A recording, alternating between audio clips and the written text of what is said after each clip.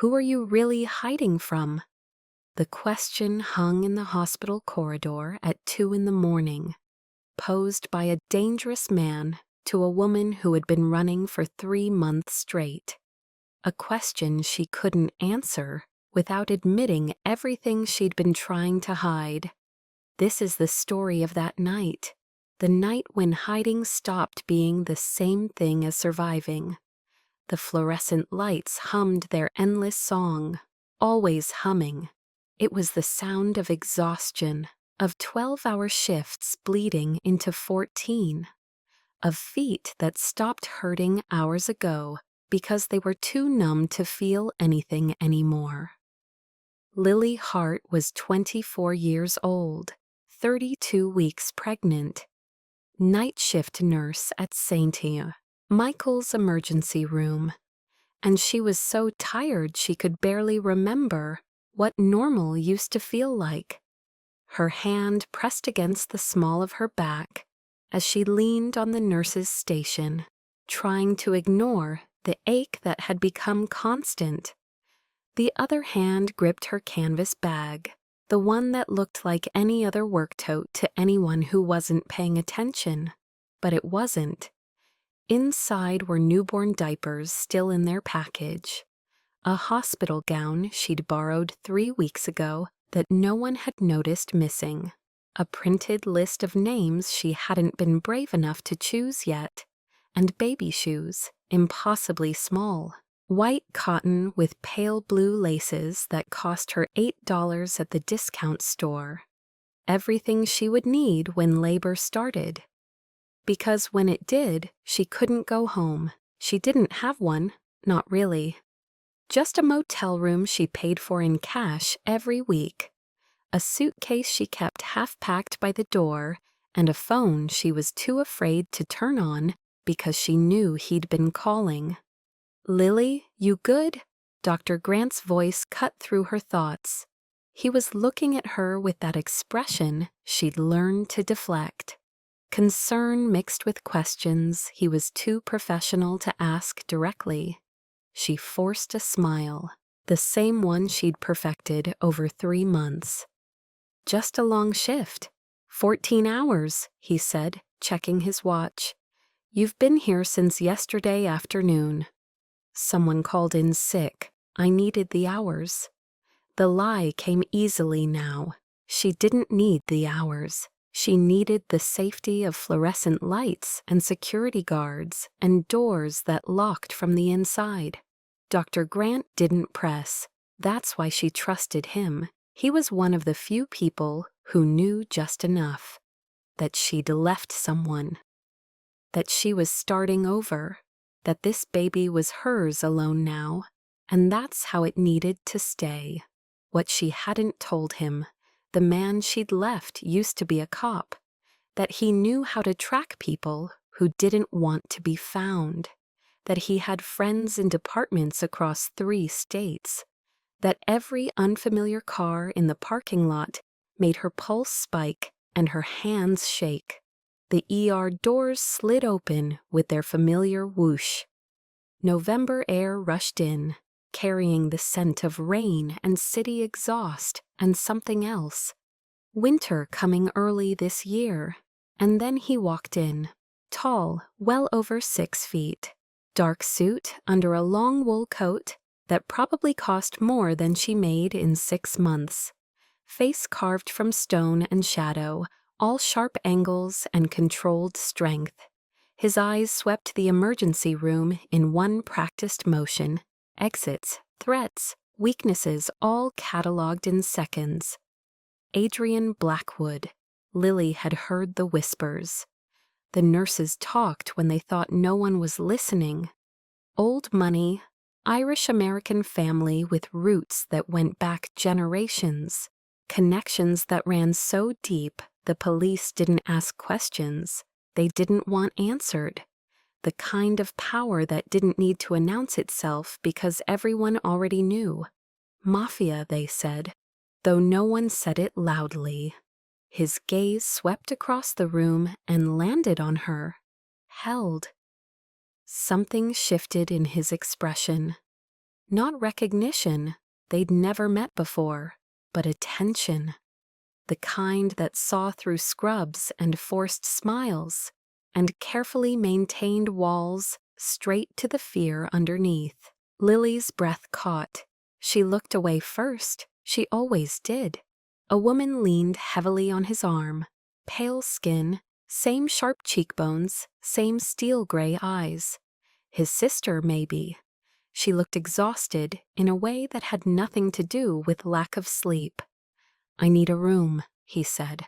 His voice was low, controlled, each word precisely measured. "Nora Blackwood. She's on the oncology roster." Dr. Grant stepped forward immediately. "Of course, we'll get her settled right away. Lily, can you help Ms. Blackwood to room 412?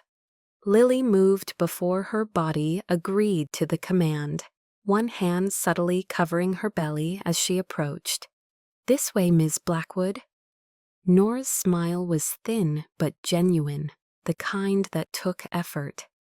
"Thank you, sweetheart, and please call me Nora." "Follow me." Lily led them down the corridor, acutely aware of Adrian's presence behind them. He walked quietly for such a large man, each step deliberate and controlled. Room 412 was at the end of the hall, far enough from the noise of the ER, close enough to the nurse's station for quick response if needed. Lily pushed open the door and helped Nora inside. The room smelled like antiseptic and wilting lavender. Someone had brought flowers days ago. They were dying now, petals curling inward, water in the vase gone cloudy.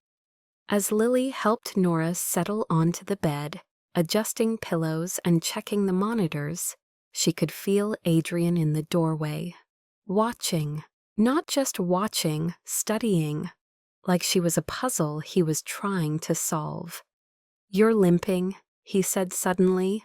Her hands froze on the pillow she was fluffing. "I'm fine. You've been on your feet for 14 hours. It wasn't a question. Of course he'd been listening to her conversation with Dr. Grant. Of course he'd noticed. 12, she corrected automatically, then cursed herself. Why was she engaging? 14, he said calmly. You've been here since yesterday afternoon. The shift change was at 6 and you stayed. Her stomach dropped. How did he know that? Nora laughed softly from the bed, a sound that turned into a cough. My brother notices things. It's annoying, but occasionally useful. Sit down, Adrian said, and there was something in his tone that made it hard to argue. Not a command exactly, more like stating a fact that hadn't happened yet. I have other patients. Who can wait 5 minutes? He gestured to the chair by the door. Lily's legs made the decision before her brain did. She sank into the chair, and the relief was almost painful. Her feet throbbed with gratitude for even this brief respite. Adrian was studying her again, those gray eyes taking in details she didn't want anyone to see. 32 weeks, maybe 33. Her blood turned to ice. No ring, he continued, his voice still calm, still measured. You flinch every time someone walks behind you. You check the exit every time you enter a room. And that bag, his gaze shifted to the canvas tote at her feet. That's not for work. That's a go bag. She couldn't breathe, couldn't think. How did a stranger look at her for 5 minutes and see everything she'd spent 3 months hiding? Who hurt you? The question was gentle, almost careful, like he was afraid the wrong tone might make her bolt. The kindness in his voice was worse than accusation would be. It nearly broke her. She stood too fast. The room tilted. Her hand shot out to steady herself against the doorframe, and for just a second, she thought she might actually fall. Adrian moved forward, hand extended to catch her if she did. "I need to check on my other patients," she managed to say, and escaped before either of them could respond. In the hallway, she pressed her back against the wall, breathing hard. Her hands wouldn't stop shaking. Her heart hammered so hard she could feel it in her throat. He knew. A complete stranger had looked at her for 5 minutes and saw everything. "Doctor." Grant appeared around the corner, charts in hand. Concern creased his forehead when he saw her face. "Lily, you okay?"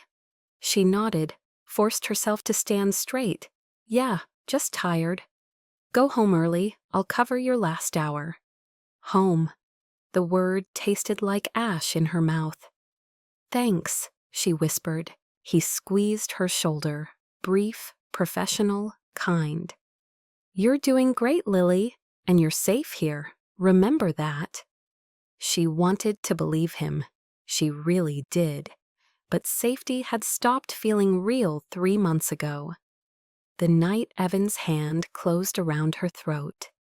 The night he whispered that she'd never leave him, that she was nothing without him, that if she tried to run, he'd find her. That night, she'd proved him wrong. But every day since, she'd wondered if leaving was enough, or if it just delayed the inevitable. Because men like Evan didn't give up. They didn't forget, and they definitely didn't forgive. Lily tried to focus on her other patients for the next hour. An elderly man with chest pain, stable now, waiting for admission. A teenager who'd fallen skateboarding, sprained wrist, nothing broken. A woman having a panic attack, breathing better now, husband on his way. Routine, normal, safe. But her mind kept drifting back to room 412, to Adrian Blackwood and the way he'd looked at her, like he saw past every wall she'd carefully constructed. When she finally worked up the courage to check on Nora again, she knocked before entering. A small mercy she didn't always remember when rushing. "Come in." Nora's voice was stronger now. Whatever pain she'd been in earlier had been managed. Lily stepped inside with fresh water and medication. Adrian was standing by the window, hands in his pockets, looking out at the parking lot 3 stories below. He didn't turn around, but she knew he was aware of her. "How are you feeling?" Lily asked Nora, checking her vitals. Pulse steady. Blood pressure slightly elevated, but not dangerous. Temperature normal. "Better," Nora said softly. "The medication helps." "Good. Dr. Grant will be in soon to discuss your treatment plan." "You're kind," Nora said, and there was something in her voice that made Lily look at her. Her eyes were the same gray as her brother's, but warmer, sadder. "Most people rush through, but you care, even when you're exhausted." Lily's throat tightened. "I'm just doing my job." "No." Nora reached out, her thin hand catching Lily's. "You see people, that's different." Lily didn't know what to say to that, so she just squeezed Nora's hand gently and turned to leave. "Lily." Adrian's voice stopped her at the door. He'd turned from the window now, facing her. "When does your shift end?" 20 minutes. "Someone should walk you to your car. It's late." "I'm fine." "The parking lot has no security cameras in the north section," he said calmly. "And there's been a series of thefts in this area over the past month. Someone should walk you to your car." How did he know about the cameras? About the thefts? "I said I'm fine." The words came out sharper than she intended. Something flickered in his expression. Not anger, understanding, maybe. "Okay," he said simply, "but the offer stands." She left before she could do something stupid like accept. The rest of her shift passed in a blur. More patients, more charts, more smiles that didn't quite reach her eyes. By the time she made it to the locker room, she was running on fumes and stubbornness. The locker room was blessedly empty at this hour. Most of the night shift didn't end for another 2 hours. She was only leaving early because Dr. Grant had insisted. She pulled on her coat, second-hand, bought at a thrift store for $15. It was too thin for November, but it was all she could afford after paying for the motel room. She shouldered her bag, wincing as the weight settled against her body. The bag felt heavier tonight, or maybe she was just more tired. She was halfway to the door when she remembered. She'd left her phone charging in her locker. Couldn't forget that. It was the only link she had to Dr. Grant if there was an emergency. She turned back, fumbling with the combination lock. Her fingers were clumsy with exhaustion. It took 3 tries to get it open. She reached for the phone. And the bag slipped off her shoulder. The zipper, already worn and unreliable, caught on the locker door. Pulled. Opened more than she intended. Everything inside spilled across the tile floor in a cascade of baby blue and white.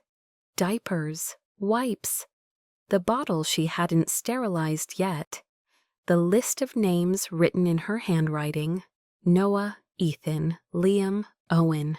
The ultrasound printout she'd folded and unfolded so many times the paper had gone soft at the creases. And the baby shoes. They landed right in the center of the tile, directly under the harsh overhead lights.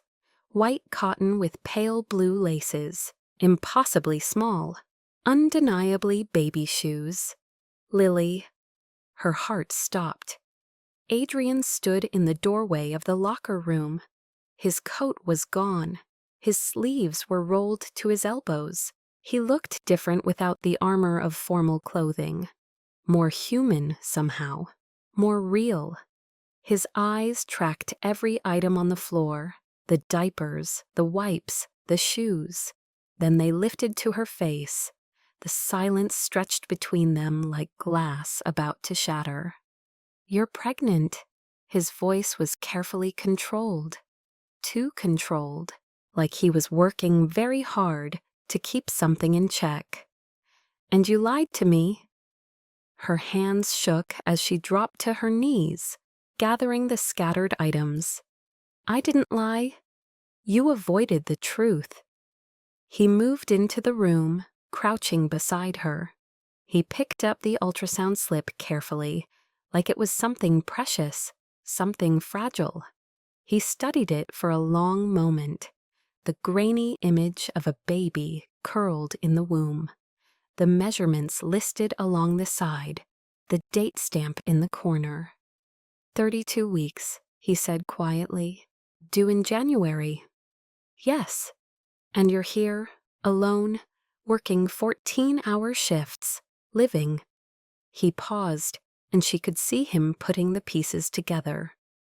"You're not going home to an apartment, are you?" She shoved a package of diapers into the bag. Didn't answer. "You're living in a motel, paying cash, staying off the grid." His voice had gone very soft. "Because someone's looking for you." Her hands froze on the baby shoes. She couldn't make herself put them in the bag, couldn't make herself move. "Who hurt you, Lily?" The question broke something open in her chest, something she'd been keeping locked tight for 3 months. "You don't know me," she whispered. "You don't get to ask me that." "You're right, I don't know you." Adrian handed her the ultrasound, his fingers brushing hers for just a second. "But I know what running looks like, and I know what it costs."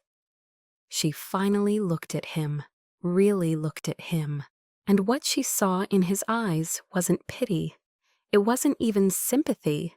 It was recognition, like he'd been where she was, like he understood what it meant to be afraid. "Why do you care?" The question came out broken, raw. Adrian was quiet for a long moment. When he spoke, his voice was careful, measured, because 3 years ago, I had someone in my life who needed protection, and I didn't see it until it was too late. There was pain in those words, old pain, barely healed. What happened? She asked before she could stop herself. She died. Simple, devastating.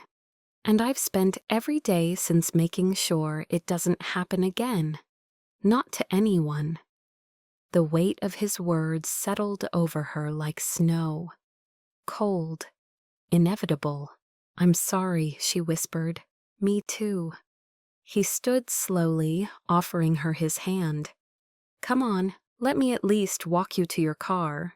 She should say no, should keep her distance, should maintain the walls that had kept her safe for 3 months. But her feet hurt, her back ached, and she was so tired of being afraid. So she took his hand. His grip was warm, steady, and for just a moment, she let herself believe that maybe, just maybe, she didn't have to do this completely alone. Adrian walked Lily to the parking lot in silence. Not uncomfortable silence, more like he understood she needed space to breathe. Space to think. The November air was sharp and cold. Rain misted down from low clouds, the kind of rain that soaked through clothes slowly. Inevitably, her car was in the north section of the lot. The section with no cameras. The section she'd been parking in because it was free, and she couldn't afford the $10 a day for covered parking. They were halfway across the lot when Adrian's phone buzzed. He checked it, and something in his expression shifted. What? She asked before she could stop herself. He looked up, studied her face for a moment, like he was deciding something. My man says there's been a car parked across the street from the hospital for the past 6 nights. Same car, same spot, driver stays inside watching. Her blood turned to ice. What kind of car? Dark sedan, no plates visible. Evan, it had to be Evan. Her knees threatened to give out. Adrian's hand was suddenly on her elbow, steadying her. Breathe, he said quietly. Just breathe. She forced air into her lungs, forced herself to stay upright. Is he here now? Her voice didn't sound like hers. Adrian glanced at his phone again. No, left about an hour ago. 1 hour ago, right around when Adrian had arrived at the hospital. Coincidence? Or had Evan seen him and run? Who is he? Adrian asked, his voice still gentle. Still careful. The father? She nodded, unable to speak. Does he know about the baby? No. The word came out choked. I left before I started showing, before I even knew for sure. She looked up at Adrian, tears burning her eyes. He can't know.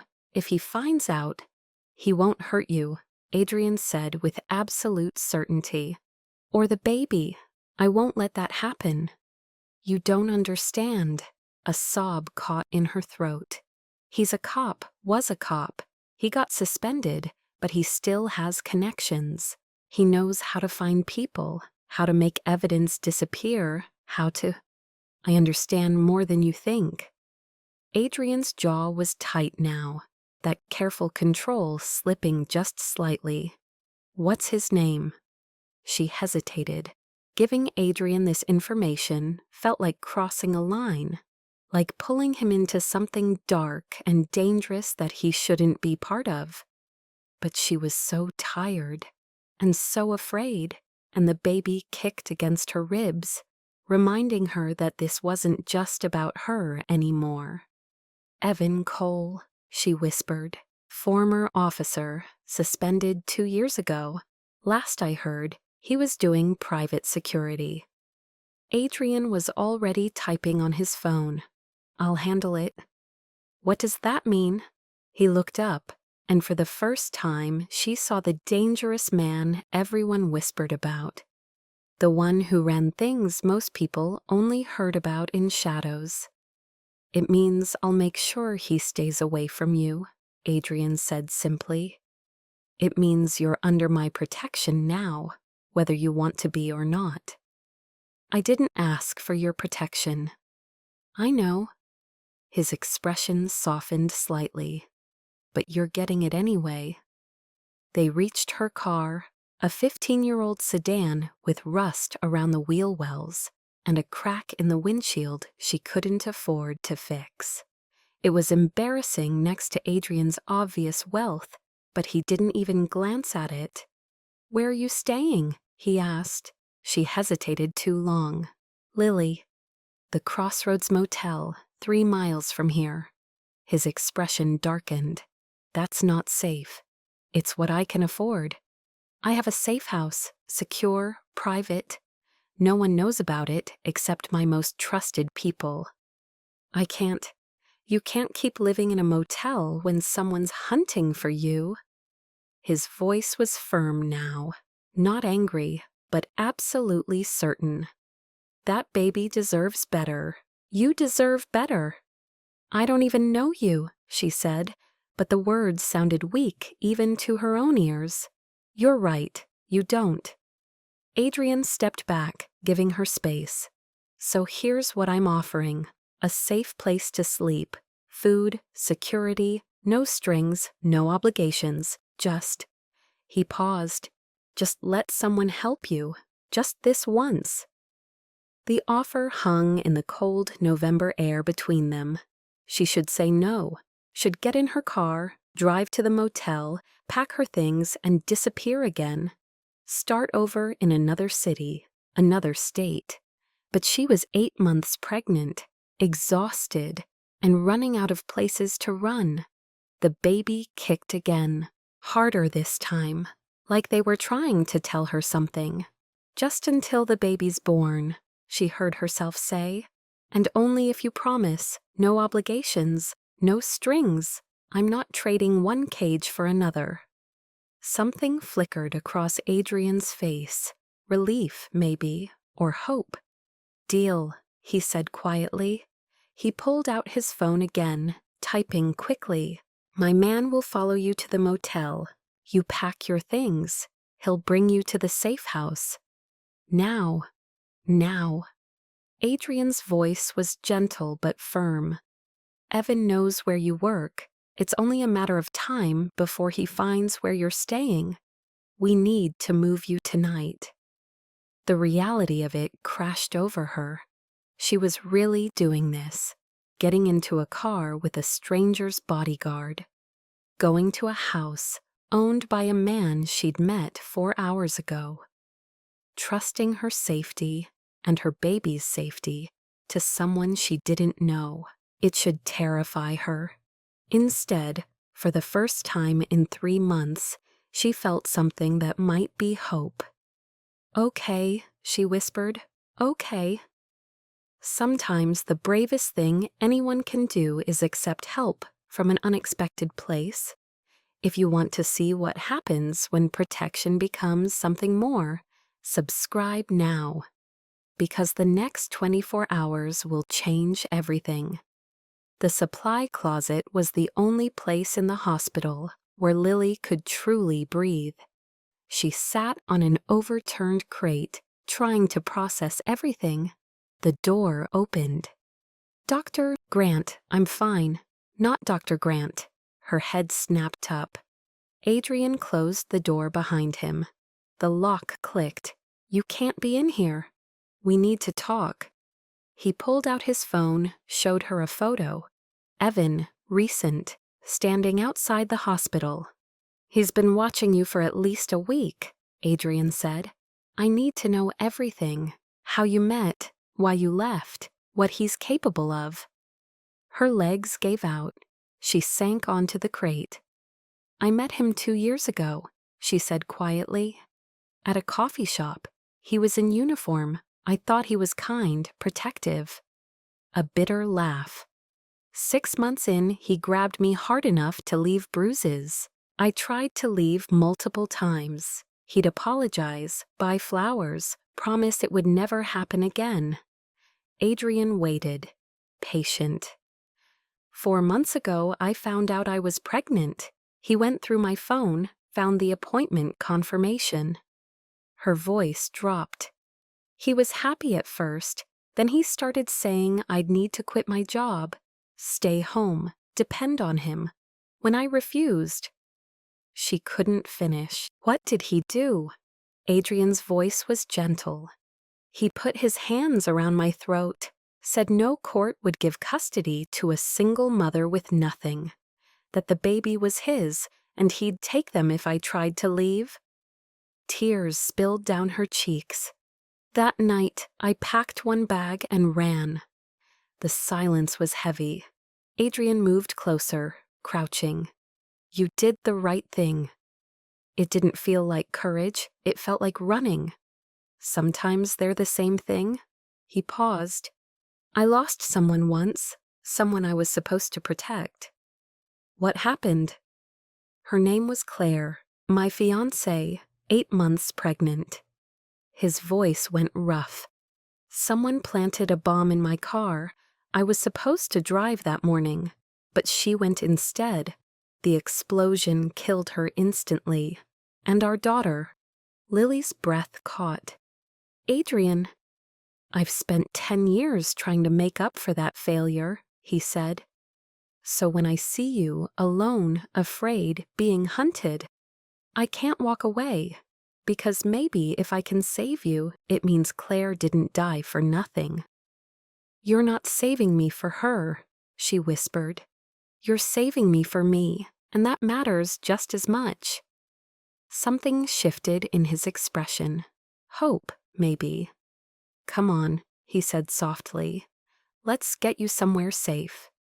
This time, when he offered his hand, she took it. The hospital lights flickered, once, twice. Then half the corridor went dark, rolling blackout. They happened every few weeks in this part of the city, usually when the power grid got overloaded. Normally, backup generators kicked in within seconds. Tonight, they didn't. Lily was still in the supply closet with Adrian when the lights died. Emergency lighting kicked in immediately, casting everything in red and shadow. Stay here, Adrian said, already moving toward the door. What's wrong? I don't like coincidences. His hand went to his coat, and she realized with a chill that he was armed. And this feels like a coincidence. Before she could respond, his phone buzzed, he checked it, and his expression went absolutely cold. Finn says there's someone in the building. Security uniform, but he's not on tonight's roster. Her heart stopped. Evan. Maybe. Adrian was already typing on his phone. Or someone he sent. Either way, you're not staying here. He took her hand, pulling her into the darkened corridor. The emergency lights made everything look wrong. Familiar spaces turned strange and threatening. They moved quickly but quietly. Adrian's hand was steady in hers, guiding her through halls she usually knew by heart. But everything felt different in the dark. They were almost to the stairwell when she heard it. Footsteps, fast, purposeful, coming from behind them. Lily Hart, a voice called out. Familiar, too familiar. She froze. Adrian's hand tightened on hers. Keep moving, he whispered. But her legs wouldn't obey, because she knew that voice. She'd heard it say her name 1,000 times. In love, in anger, in the cold, controlled tone he used right before things got bad. I know you're here, Lily. Evan's voice echoed down the corridor. I've been watching, waiting. Did you really think you could hide from me? Adrian positioned himself between her and the voice. His other hand moved inside his coat. Run, he said quietly. Stairwell, 2 floors down. Finn's waiting. I'm not leaving you. You are, his voice was firm. Because that baby needs you alive. Before she could argue, a figure rounded the corner. Dark security uniform, hospital badge glinting in the emergency lights. But the face, Evan, he looked the same. Same dark hair, though it was longer now. Same sharp jawline.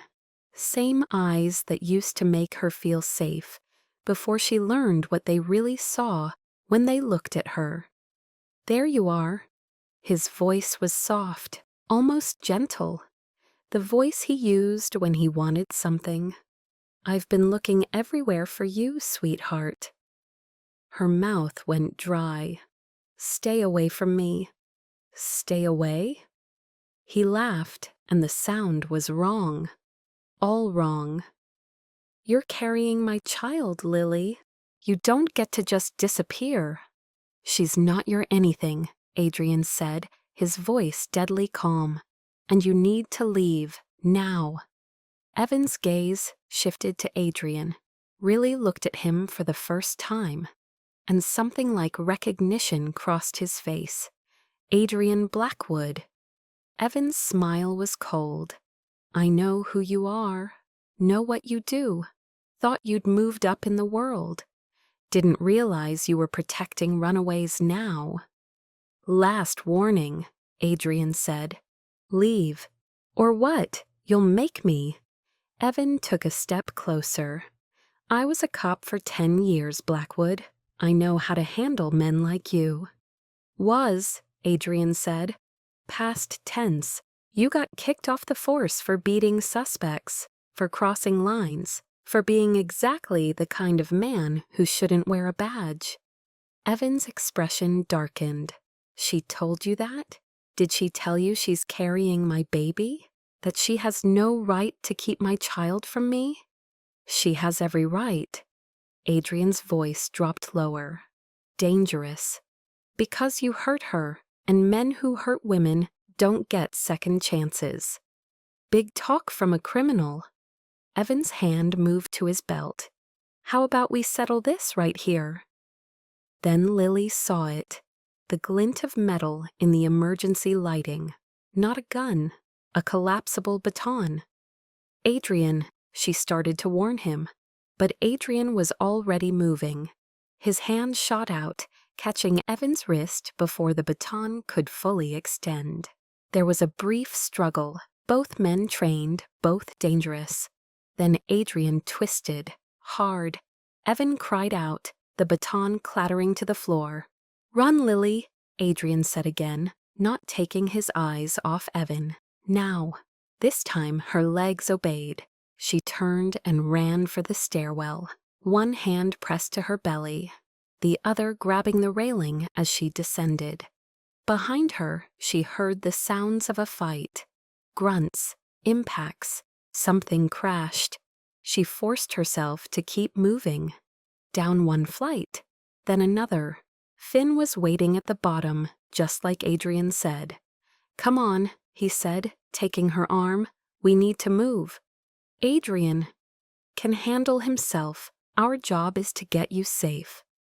He guided her through the lower level, through corridors she'd never seen before, to a service exit that opened into the parking garage. A black car was waiting, engine running. Finn opened the back door. "Get in." She hesitated. "I can't leave Adrian." A sharp pain lanced through her abdomen. She gasped, doubling over. "Lily?" Finn's voice sharpened. "What's wrong?" "I don't—" Another pain, sharper. "Something's wrong." Finn got her into the car immediately. "Hospital first, then safe house." "But Adrian will meet us there." Finn was already driving, phone to his ear. "Boss, we've got a problem. Lily's having contractions. I'm taking her back to the ER." She could hear Adrian's voice through the phone, sharp and commanding, but she couldn't make out the words. Another contraction hit, stronger this time. "Not now," she thought desperately. "Not yet. You're not due for another 8 weeks, little one. Please, not yet." But her body didn't listen. They were back at the ER entrance within minutes. Finn lifted her out of the car, surprisingly gentle for such a large man, and carried her through the doors. Dr. Grant was there within seconds. What happened? Stress-induced contractions, Finn said. Started about 5 minutes ago. Dr. Grant took over, getting her onto a gurney. How far apart? 4 minutes, maybe less. Her voice sounded strange, distant. They were wheeling her somewhere, exam room maybe. The lights were too bright after the darkened corridors. Everything was moving too fast. The baby, she managed to say. It's too early. We'll do everything we can, Doctor, Grant promised. Just breathe, Lily, just breathe. She tried. She really did. But all she could think about was Evan and Adrian and the fight she'd left behind and the terrible fear that she'd pulled Adrian into something he couldn't walk away from. Dr. Grant examined Lily in the quiet exam room. Contractions have stopped. It was stress-induced, but you're not in active labor. She released a breath. How long do I have? If you're careful, a few more weeks, maybe to term, but your blood pressure is elevated. You need rest. He paused. There's a staff dormitory, 3rd floor, east wing, secure. You could stay there tonight. She nodded slowly. Okay, thank you. After he left, she lay in the dimness. The baby was moving. Gentle rolls that said they were okay. The door opened. Adrian. His shirt was torn at the shoulder, a cut above his eyebrow, knuckles scraped, but he was alive. You're okay, she said, voice breaking. I'm fine. How are you? How's the baby? We're both okay. False alarm. He sank into the chair beside her. Evan's been charged. Trespassing, assault, impersonating staff. But he'll be out on bail within 24 hours. Her stomach dropped. Then this isn't over. No, which is why you can't stay here. Dr. Grant offered the dormitory. For 1 night. Then what? His voice was gentle but firm. Evan knows you work here. He's not going to stop. So what am I supposed to do? Go to your safe house. Enter your world. Protection. Adrian held her gaze. I'm part of that world, yes, but there are lines I don't cross, and one of them? I don't let children be threatened, ever. Why do you care so much? Because I failed Claire, and I won't fail again. His voice was raw. When I see you, alone, pregnant, hunted, I can't walk away.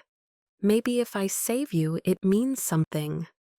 You're not saving me for her, you're saving me for me. He stared at their hands. Then why won't you let me help you? The baby kicked hard. Because I'm afraid, she admitted. Afraid I'll lose myself again. The way I did with Evan. I'm not Evan, I'm not offering a cage, I'm offering a choice. He paused. Stay here tonight. Tomorrow, if you want to leave, I'll help you. New city, new identity, no strings. But if you want protection, that's there too. She studied his face, looking for control, for the catch. All she saw was sincerity. Just until the baby's born? As long as you need. Okay, she whispered. Relief crossed his face. Get some rest. You're safe tonight. And for the first time in 3 months, she believed it. Lily woke to pain, sharp, rhythmic, undeniable. The clock on the wall read 3:47 a.m. The dormitory room was dark, except for the soft glow of the nightlight by the door. Another contraction hit, stronger than the false ones earlier. This was real. She sat up, gasping, one hand pressed to her belly. The baby wasn't due for another 8 weeks. This couldn't be happening. Not now, not yet. But her body didn't listen to logic. She needed to get to the ER, needed Dr. Grant, needed. The door handle turned. Every muscle in her body froze. Finn wouldn't just walk in. He'd knock first. The door opened slowly. A figure in security uniform stepped inside. Dark hair, hospital badge, radio on belt. But she knew that face. Evan. He closed the door behind him, locked it, and she heard the soft click that meant she was trapped. "Hey, sweetheart." His voice was soft, the voice he used when he wanted something. "Did you miss me?" Her heart hammered so hard, she thought it might break through her ribs. "How did you?" "Posted bail an hour ago, called in a few favors, borrowed another uniform." He shrugged. "Turns out hospital security isn't that tight at 4 a.m, especially when you know how to talk to people." She edged toward the phone on the desk. "Finn's right outside." "Finn went downstairs 15 minutes ago. Coffee run. I watched him leave." Evan stepped closer. "It's just you and me now, like it should have been all along." Another contraction hit. She doubled over, gasping. His expression shifted. Something like concern. "You okay?" "I'm in labor." The words came through gritted teeth. "I need a doctor. Labor, but it's too early." He moved closer, and she could see genuine worry on his face. "You're not due until January, I know." Tears streamed down her face. "But the baby's coming anyway, and I need help." For a second, just a second, she saw the man she'd fallen in love with. The one who brought her coffee on long shifts, who laughed at her jokes, who made her feel safe. Then his expression hardened again. "This is because of him, isn't it?" Evan's voice turned cold. "Your new protector, Adrian Blackwood. He did this. He stressed you out, put you in danger." "He saved me from you," she said. "Saved you?" Evan laughed, bitter and harsh. "I loved you. I took care of you. I gave you everything. You hurt me." Her voice rose despite the pain. "You controlled me. You made me afraid in my own home. You put your hands around my throat and told me I was nothing without you. I was trying to keep you safe." From what? From having my own life? My own choices? Another contraction. She could barely breathe through it. "That's not love, Evan. That's ownership." His jaw clenched. "You don't understand. That baby," he gestured to her belly. "That's my child, my blood. You don't get to just take them and disappear." "I'm not taking anything. I'm protecting." She gasped as the pain intensified. "I'm protecting our baby from growing up watching you hurt me. I would never hurt the baby. You'd hurt me in front of them, and that's the same thing." The words landed like stones. Evan's face contorted. "You really believe that? You really think I'm some kind of monster?" "I think you're a man who doesn't know how to love without controlling. And yes," her voice broke, "that does make you dangerous. Then I guess I have nothing to lose." His hand moved to his belt. Not for a weapon this time, for something else. "I'm taking you with me, right now, and we're going to figure this out, together. I'm not going anywhere with you. You don't have a choice." "Yes." A new voice cut through the room. "She does." Finn stood in the doorway, and he wasn't alone. Adrian was beside him, and both men looked absolutely furious. Evan's hand went to his belt, reflex training, reaching for the baton he'd hidden there. But Finn was faster. He moved like liquid violence, crossing the room in 3 strides, his hand closing around Evan's wrist before the baton could extend. "Don't," Finn said quietly. "Just don't." Adrian was already at Lily's side. How far apart are the contractions? 3 minutes, maybe less. Her voice shook. Adrian, the baby. I know, we need to move. Now. Evan struggled against Finn's grip. You can't do this. That's my baby. That baby. Adrian's voice cut like ice. Deserves better than a father who breaks into hospitals to threaten their mother. Better than a man who thinks love means control. Better than you. You don't get to decide that, Evan snarled.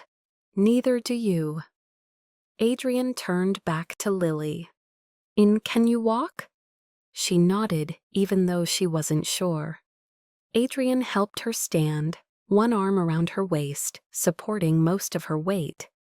Behind them, Evan made one last desperate move. He twisted in Finn's grip, using his police training to break free. He lunged toward Lily. The baby's mine, Evan shouted. I can use it to make her come back. She'll have to see me. She'll have to. Adrian didn't let him finish. He turned, placing himself between Evan and Lily. His fist connected with Evan's jaw. One precise, calculated blow. Evan dropped like a stone. Hospital security flooded into the room seconds later. Real security this time. Called by Finn while they were talking. Restrain him, Adrian ordered. And call the police. Tell them we have a man who violated bail, broke into a hospital, and threatened a pregnant woman. They moved immediately. Efficient, professional. Adrian turned back to Lily. Come on, let's get you to the delivery room.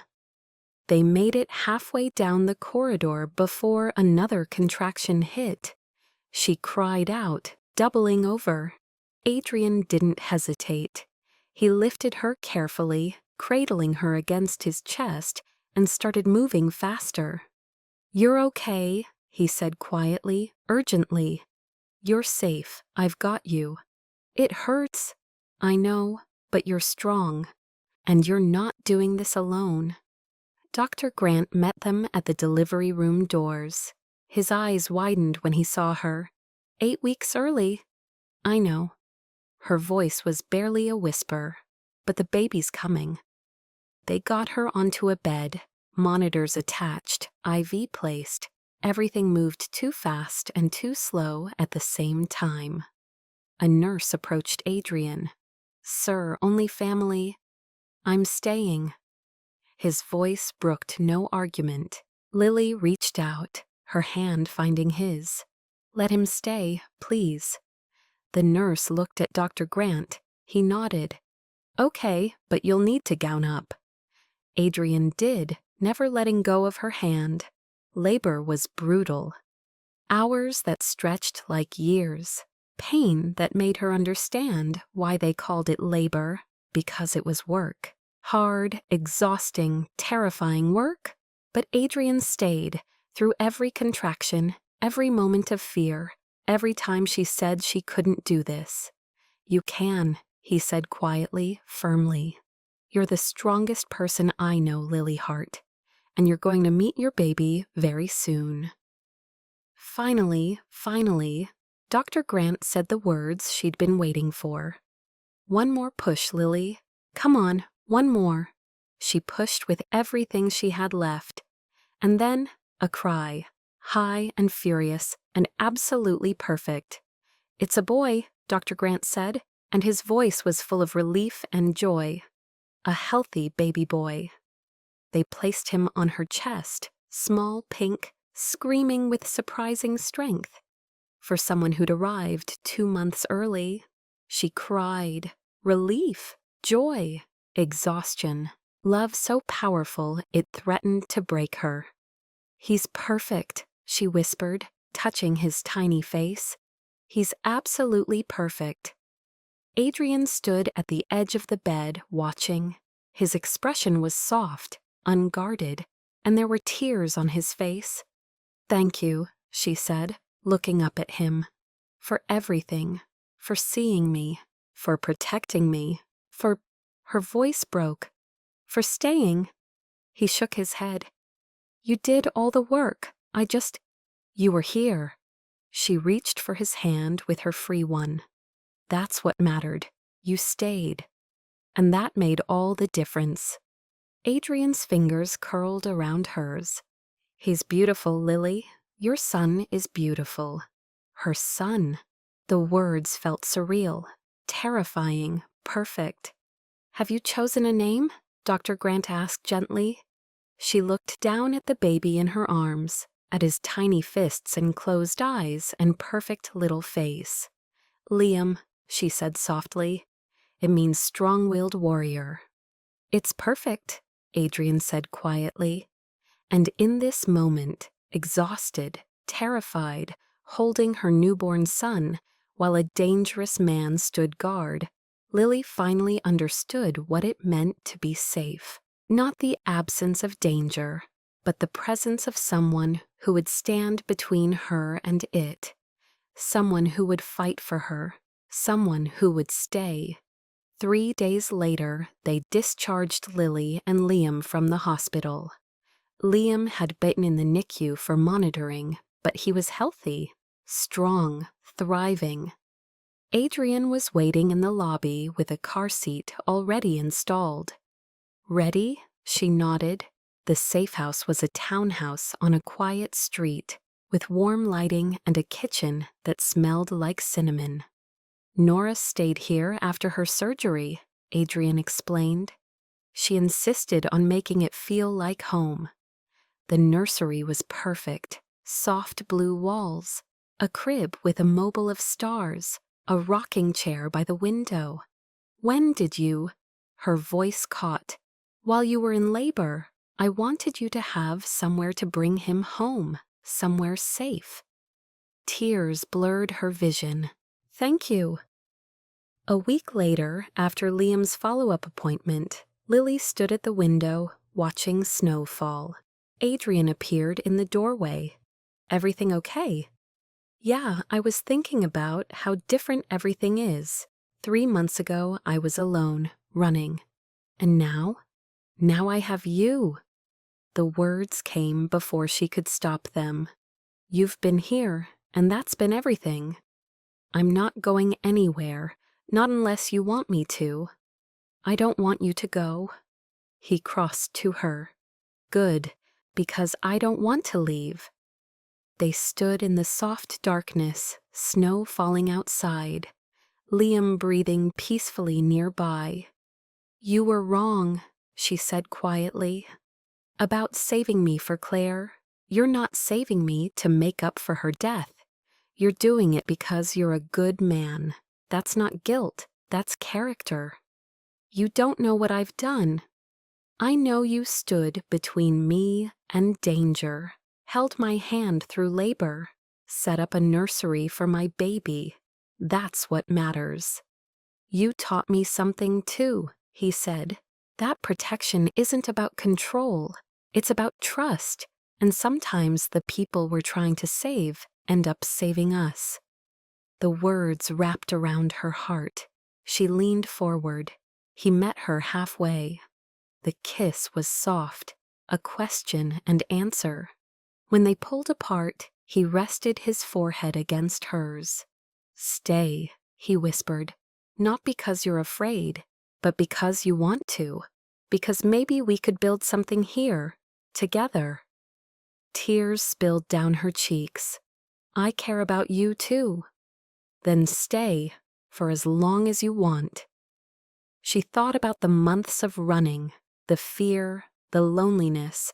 Then she thought about Adrian, how he'd seen her when she was invisible, how he'd stood guard without asking for anything. "Just temporarily," she said with a smile, "to keep the baby safe." Recognition crossed his face. "Just temporarily?" "For as long as it takes, which might be forever. I think I'm okay with that." He kissed her again, longer this time. In the next room, Liam made a small sound, and they smiled against each other's lips. This was home. 2 months later. Liam was growing fast. His eyes had settled into blue-gray. Adrian said they looked like hers. She said they looked like hope. Nora visited twice a week. Her cancer was in remission. She and Liam had become fast friends. Finn taught Lily self-defense on Tuesdays while Adrian watched Liam. She was terrible at it, but getting better. And Adrian was there, every morning, every night, every moment in between. This morning she sat with Liam on her shoulder when Adrian brought coffee.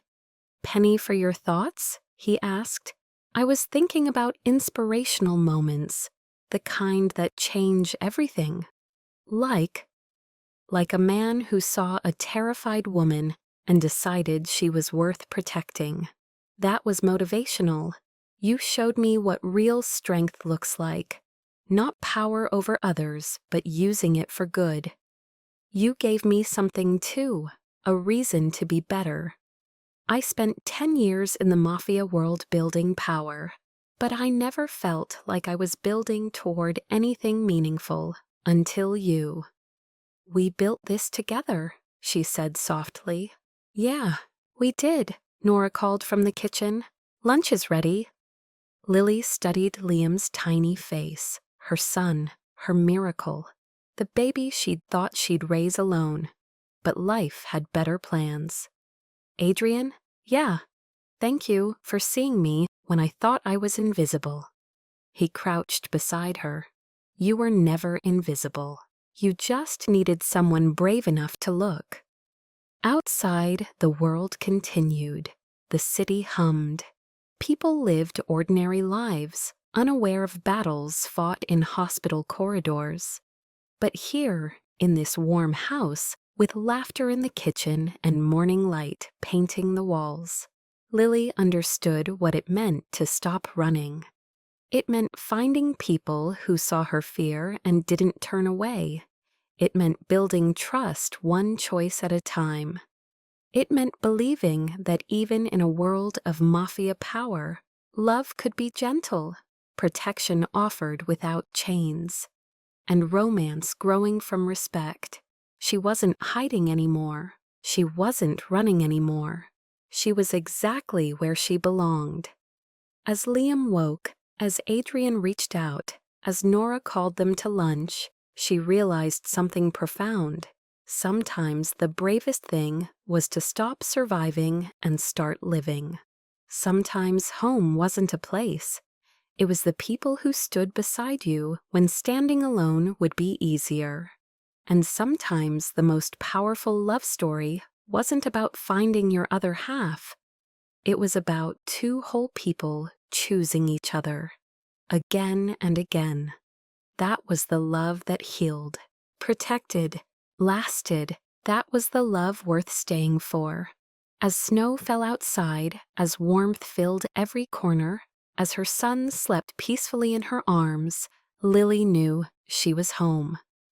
Sometimes the most powerful moment is when someone stops running and chooses to stay.